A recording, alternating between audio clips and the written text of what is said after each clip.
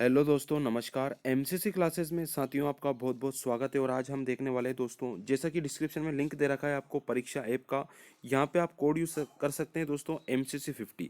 अब ये कोड क्यों यूज़ करना है, किस लिए करना है दोस्तों, तो आप किसी भी की तैयारी कर रहे हैं, चाहे आप MP कांस्टेबल की कर रहे हैं, NTPC रेलवे या किसी भी चीज़ की आप तैयारी कर रहे हैं, MP PSC की तैयारी कर रहे हैं, इसकी अगर टेस्ट सीरीज ज्वाइन करना चाहते हैं दोस्तों आप, है ना, तो प्रत्येक दिन आप टेस्ट सीरीज लगाना चाहते हैं या एक दिन छोड़ के, जैसे भी आप लगाना चाहें दोस्तों, तो डिस्क्रिप्शन में लिंक दे रखा है।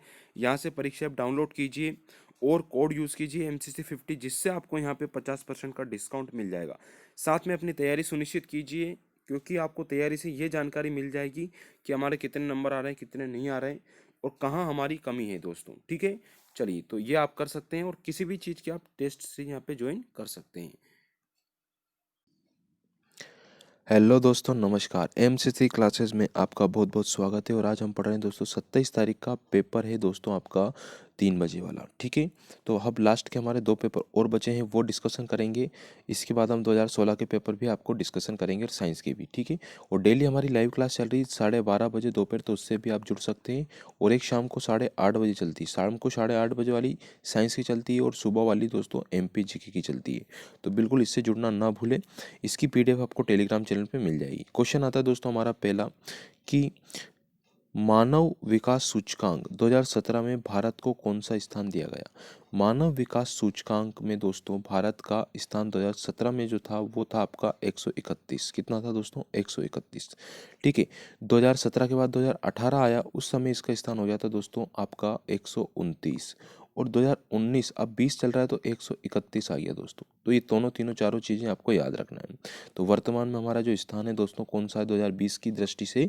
131वां। ये टोटल 189 में से आपका ये स्थान दिया जाता है, मानव विकास सूचकांक रिपोर्ट। ठीक है, तो ये आपको याद रखना है। सभी देशों के जीवन प्रत्यक्षता के आंकड़ों का इसमें प्रस्तुतिकरण किया जाता है प्रति व्यक्ति आय के साथ। चलिए नेक्स्ट क्वेश्चन आता है दोस्तों हमारा कि परसों, ठीक है ये आपका है ना, ये हमारा क्वेश्चन है। ठीक है, चलिए 2017 में नदी पर्व नमामि ब्रह्मपुत्र कहाँ पे आयोजित किया गया था? तो 2017 में नमामि नमामि पर्व ब्रह्मपुत्र जो आयोजित किया गया था असम में किया गया था। कहाँ किया गया दोस्तों? असम में। इसी प्रकार 2020 में भी यहीं पे आयोजित किया गया, 2020 में असम में। तो ये दोनों तीनों चीज़ आपको याद रखना है। असम की बात करूँ तो दोस्तों असम में जो राज्यसभा सीटें हैं वो 7 है। बिहार में जो राज्यसभा सीटें दोस्तों 16 है। पश्चिम बंगाल में आपकी इसमें भी 16 है ना, बिहार और पश्चिम बंगाल में 16-16 है। सिक्किम में 1 है। ठीक है, और नमामि ब्रह्मपुत्र कहाँ हुआ? हमारा असम में हुआ। ठीक है दोस्तों, नेक्स्ट क्वेश्चन आता है हमारा, अगला क्वेश्चन देखेंगे हम। दोस्तों अच्छा वीडियो अच्छा लगे तो प्लीज़ इसको लाइक और शेयर जरूर कीजिएगा।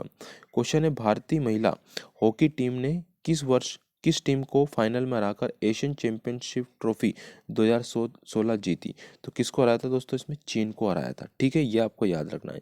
और लेटेस्ट अभी ये आंकड़ा है इसका 2018 का दोस्तों, दक्षिण कोरिया भी विनर है इसका। कौन है दोस्तों? दक्षिण कोरिया विनर है, और भारत को हरा के, किसको हरा के दोस्तों? भारत को हरा के। ठीक है, चलिए नेक्स्ट अगला क्वेश्चन देखते हैं हम। अगला क्वेश्चन ये है आपका, आ जाता है दोस्तों, इसको इतने आप लोग शेयर कर दीजिएगा प्लीज़, थोड़ा वीडियो को लाइक जरूर कीजिए और शेयर कीजिए, है ना। चलिए बात करते हैं दोस्तों अगले क्वेश्चन की। हम क्वेश्चन आता है हमारा, भारत में राष्ट्रीय मतदाता दिवस कब मनाया जाता है? तो भारत में जो राष्ट्रीय मतदाता दिवस मनाते हैं दोस्तों, हम कब मनाते हैं? 25 जनवरी को मनाते हैं। कब मनाते हैं? 25 जनवरी को। ठीक है, अगला एक क्वेश्चन और है यहाँ पे, 25 दिसंबर। 25 दिसंबर को हम सुशासन दिवस मनाते हैं। क्या मनाते हैं दोस्तों? सुशासन दिवस मनाया जाता है। ठीक है, फिर अगला क्वेश्चन की हम चर्चा करते हैं दोस्तों। अगला क्वेश्चन आ जाता है आपका यहीं पे कि 2017 में नवा ब्रिक्स सम्मेलन किस देश में आयोजित किया गया था? तो जो 9वें नंबर का ब्रिक्स सम्मेलन था 2017 में हुआ था, वो कहाँ आयोजित हुआ था? तो वो हमारे चीन में हुआ था। कहाँ हुआ था दोस्तों? चीन में हुआ था। जो लेटेस्ट 2020 का जो हुआ दोस्तों, वो कहाँ पे हुआ? तो वो रूस में हुआ है। कहाँ पे हुआ दोस्तों? रूस में हुआ है। ठीक है, चलिए आगे बढ़ते हैं। बाल विवाह रोकथाम अधिनियम किस सन में लागू हुआ था? तो बाल विवाह रोकथाम अधिनियम 1929 में लागू किया गया था। ठीक है, तो ये आपको याद रखना है। बाल विवाह कानून लागू किया गया 1929 में, है ना। इस अधिनियम का उद्देश्य यह था कि दोस्तों जो बाल विवाह के कारण बचपन में जो विधवा हो जाती थी, उनका जीवन विधवा पूर्णता रहता था, उसको खत्म करने के लिए। ठीक है, ये इनका उद्देश्य रहा था। एक अगला क्वेश्चन हमारा कि निम्नलिखित में से किसे भारतीय विमानन का जनक कहा जाता है। तो भारतीय विमानन का जनक किसे कहते हैं दोस्तों, हम कहते हैं जे.आर.डी टाटा साहब को। ठीक है, तो ये सन 1900 वैसे तो 1929 में जारी पहला पायलट लाइसेंस टाटा जी को प्राप्त हुआ था दोस्तों। ठीक है, और उसके बाद 1932 में पहली इन्होंने बहुत कम हो चुके थे। ठीक है, ये आपको याद रखना है इनका नाम। ठीक, आगे हम बात करेंगे दोस्तों और नेक्स्ट क्वेश्चन की हम चर्चा करते हैं। गांधी सागर बांध है जो किस नदी पे बना है दोस्तों, तो गांधी सागर बांध हमारा चंबल नदी पे बना है।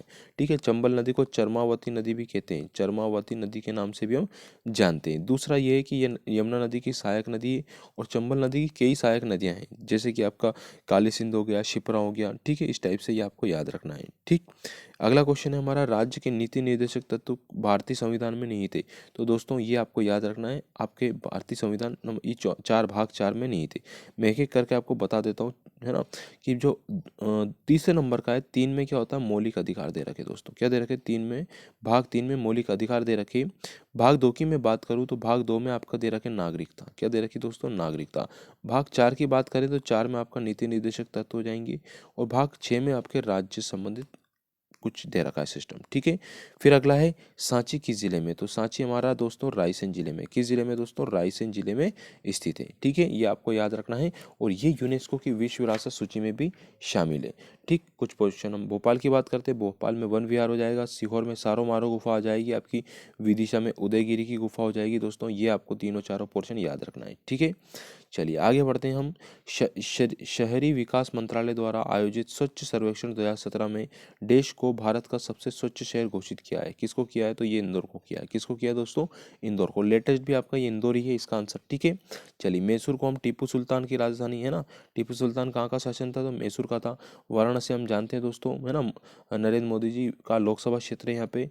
और अहमदाबाद आप जानते होंगे दोस्तों, आपका गुजरात का सबसे बड़ा शहर अहमदाबाद ही है। ठीक है, चलिए, जो कि साबरमती नदी के किनारे स्थित है। फिर आता है भारत तिब्बत सीमा पुलिस बल किस वर्ष स्थापित किया गया था। तो भारत तिब्बत जो पुलिस फोर्स है 1962 में स्थापित किया गया था। ठीक है, ये आपको याद रखना है ना। ये क्या होता है कि दोस्तों वास्तव में ये चीज़ है, पुलिस बल का गठन भारत चीन संघर्ष के उपरांत देश की उत्तरी सीमाओं को सुरक्षा प्रदान करने के लिए 1962 में भारत तिब्बत सीमा पुलिस बल का गठन किया गया था। फिर है हमारा भारत के पहले विभाजन संग्रहालय का उद्घाटन किस सन में हुआ। तो भारत के पहले विभाजन संग्रहालय का उद्घाटन 2016 में हुआ था। कब हुआ था दोस्तों, 2016 में हुआ था। ठीक है, तो ये आपको याद रखना है, 24 अक्टूबर। ठीक है, चलिए उद्घाटन। अगला क्वेश्चन है हमारा, भारतीय मृदा विज्ञान संस्थान कहाँ है। तो भारतीय मृदा विज्ञान संस्थान हमारे भोपाल में है। कहाँ है दोस्तों, हम भोपाल में। भोपाल किसकी राजधानी है, आप जानते हो, मध्य प्रदेश की राजधानी है। ठीक है, चलिए आगे बढ़ते हैं दोस्तों हम अगला क्वेश्चन की ओर। अगला क्वेश्चन आता है हमारा कि भारत का सबसे बड़ा कंटेनर जो बंदरगाह है जिसे हम नावा शावा कहते हैं, वो कहाँ पे पड़ता है दोस्तों, उसका नाम है हमारा पंडित जवाहरलाल नेहरू बंदरगाह। ठीक है, मुंबई के दक्षिण भाग में स्थित है ये। ठीक है, वहाँ की यातायात को कम करने के लिए उद्देश्य से ये यहाँ पे वापस से इसको बनाया गया था। ठीक है, चलिए अगला क्वेश्चन आता है हमारा, बाकी तो नाम में सब कुछ लिखा है दोस्तों। ठीक है, निम्न में से किस राज्य को 2017 में गेहूं के उत्पादन के लिए लगातार 5वीं बार कृषि कर्मठ पुरस्कार मिला। तो ये हमारे मध्य प्रदेश को मिला था दोस्तों। ठीक है, चलिए पंजाब का आप जानते हो, चंडीगढ़ राजधानी, झारखंड की रांची, उत्तर प्रदेश की आपकी लखनऊ है और मध्य प्रदेश की आपकी राजधानी भोपाल है। रानी रूपमती का महल कहाँ स्थित है। तो रानी रूपमती का महल हमारा कहाँ हो जाएगा दोस्तों, मांडू में हो जाएगा। ठीक है, ये आपको याद रखना है। इसको शादियाबाद के नाम से या सिटी ऑफ जॉय के नाम से भी हम जानते हैं। फिर पातालकोट में दोस्तों भारिया जनजाति रहती है। ठीक है, ये भी आपको याद रखना है। ठीक है, चंदेरी की साड़ियाँ प्रसिद्ध है दोस्तों यहाँ पे। खजुराहो में चंदेल वंश ने शासन किया, चंदेल वंश का शासन रहा है खजुराहो में। फिर अगला क्वेश्चन आता है, अपनी किताब बुनी हुई रस्सी के लिए साहित्य अकादमी पुरस्कार से किसे सम्मानित किया गया था 1972 में। तो ये किया था भवानी प्रसाद मिश्र को। ठीक है, बुनी हुई रस्सी किसकी पुस्तक है, भवानी प्रसाद मिश्र की, 1972 की बात है दोस्तों ये। ठीक है, चलिए आगे हम बात करते हैं दोस्तों। अगला क्वेश्चन आता है, नेक्स्ट क्वेश्चन की हम चर्चा करते हैं। इतने आप लोग इसको लाइक कर दीजिए यार दोस्तों, है ना। फिर है, मध्य प्रदेश सरकार ने किसको रामायण सर्किट को विकसित करने का प्रस्ताव दिया। तो ये दिया दोस्तों चित्रकूट को। ठीक है, तो याद रखना है दोस्तों, चित्रकूट को राम की भूमि भी के रूप में भी जाना जाता है, श्री राम की भूमि के नाम से भी। और मुख्यमंत्री द्वारा चित्रकूट को रामायण सर्किट के अंतर्गत घोषित किया गया। इस कार्यक्रम में करोड़ रुपए खर्च करके राज्य सरकार द्वारा पर्यावरण तथा पर्यटन को बढ़ावा भी दिया जा रहा है। तो ये एक अच्छी चीज़ यहाँ पे हुई है दोस्तों। ठीक है, चलिए ओरछा आप जानते हैं, ओरछा भी हमारा इसी से रिलेटेड है। सांची भी आपका यूनेस्को में शामिल है। चित्रकूट हमने बता दिया खजूर चंदेल वंश का है, और ओरछा आपका निवाड़ी जिले में आ गया है। ठीक है, फिर अगला क्वेश्चन है दोस्तों, अगला क्वेश्चन आता है, अनुसूचित जाति और जनजातीय अत्याचार निरोधक अधिनियम संसद द्वारा कब पारित किया गया था? 1989 में किया गया था। ठीक है, कब किया गया था दोस्तों? 1989 में किया गया था। चलिए अगला क्वेश्चन की ओर चलते हैं दोस्तों हम। चलिए यहाँ पे कुछ क्वेश्चन आपके खत्म हो गए। ठीक है, अब एक क्वेश्चन है दोस्तों जो आपको कमेंट में आंसर करना है ना। पिछला तो बड़ा कम कमेंट किया है आप लोगों ने, देखते हैं इसमें कौन करता है। आपको बताना है दोस्तों, गुजरात जो राज्य है ना हमारा, गुजरात राज्य की पहली महिला डीजीपी कौन थी? गुजरात राज्य की पहली महिला डीजीपी कौन बनी? ऑप्शन है मीरा, किरण बेदी, अपराजिता या गीता जौहरी। बताइएगा, मीरा, किरण बेदी, अपराजिता राय या गीता जौहरी, इनमें से जो भी आपका आंसर हो प्लीज़ कमेंट कीजिएगा, वीडियो को लाइक कीजिए और अभी तक शेयर नहीं किया तो शेयर कीजिए। धन्यवाद साथियों। हेलो दोस्तों, नमस्कार। एमसीसी क्लासेस में साथियों आपका बहुत बहुत स्वागत है। और दोस्तों आपके लिए एक इन्फॉर्मेशन है कि जितनी भी अभी तक परीक्षा पे टेस्ट सीरीज चल रही थी दोस्तों, खासकर आपकी एमपी पुलिस की, और एमपी पुलिस के साथ जितनी भी टेस्ट सीरीज चल रही थी उनकी प्राइस अब बढ़ने वाली है। यानी कि आपकी जो प्राइस है वो 27 जनवरी से आपकी ये प्राइस बढ़ जाएगी। अभी आपकी 279 है दोस्तों। ठीक है, इसमें वृद्धि होने वाली है, तो आप इस चीज़ को अभी खरीद सकते हैं। साथ में मैं बात करना चाहूँगा दोस्तों, अगर आप लेना चाहते हैं और कोड यूज़ कर सकते हैं AMCC50, अगर ये कोड आप यूज़ कर सकते हैं तो आपको 50% का डिस्काउंट, जितना मैंने प्राइस बताया है इस पर डिस्काउंट भी मिल जाएगा। तो दोस्तों आपको एक इन्फॉर्मेशन और बता देता हूँ थोड़ी सी मैं। तो इन्फॉर्मेशन ये है दोस्तों कि जो परीक्षा ऐप पर सभी टेस्ट सीरीज के प्राइस है दोस्तों 27 जनवरी 2021 से बढ़ने वाले हैं। यानी कि एमपी पुलिस की जो टेस्ट सीरीज है जिसकी प्राइस दोस्तों अभी 279 है, इसकी जगह पर 299 हो जाएगी। यदि आप खरीदना चाहते हैं तो दोस्तों ये कोड यूज़ कर सकते हैं AMCC50। ठीक है, डिस्क्रिप्शन में हमने लिंक भी दे रखा है, यहाँ से आप यूज़ कर सकते हैं। AMCC50 कैपिटल में आप सर्च कीजिएगा, है ना, मतलब आपको अप्लाई करना है, जिससे 50% का डिस्काउंट मिल जाएगा। अभी टेस्ट सीरीज 279 की आ रही है, इस पर 50% का डिस्काउंट मिल जाएगा। तो बहुत सारी टेस्ट सीरीज है, MPPSC की, आपकी रेलवे की ले सकते हैं आप, NTPC की ले सकते हैं, जो भी आप लेना चाहें इस पे आप डिस्काउंट जल्द से जल्द कीजिएगा। लेकिन तो धन्यवाद साथियों, चलिए आगे बढ़ते हैं हम।